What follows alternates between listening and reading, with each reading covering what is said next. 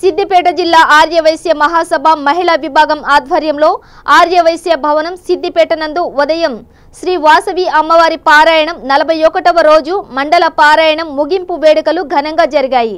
అనంతరం జిల్లా మహిళా విభాగం సర్వసభ్య సమావేశం నిర్వహించారు. ఎస్ఎస్సి మరియు ఇంటర్ విద్యార్థులకు ప్రతిభా పురస్కారాలు అందించారు.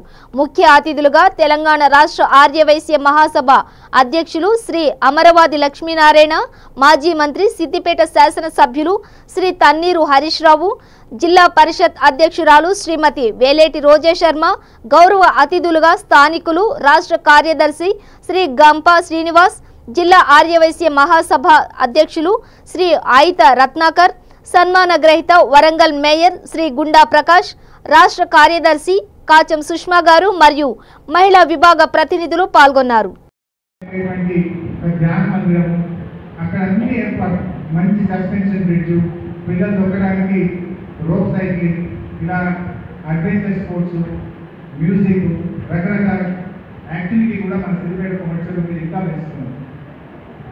మన సిద్దిపేట కలెక్టరేట్ కడుతున్నాం. మన దుద్దెడ కంటే ముందు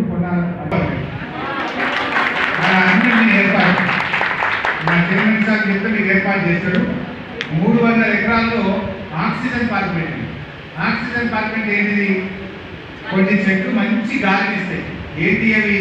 వేప, రాగి, తులసి ఇలాంటి చెట్లు మంచి గాలిని ఇస్తాయి. మనిషికి ఊపిరితిత్తులకు అవసరమయ్యే ఆక్సిజన్ ఇస్తాయి. అట్లాంటి చెట్లు పెట్టాం అక్కడ. సో మీ నెక్స్ట్ మీటింగ్ ఏముంటుంది?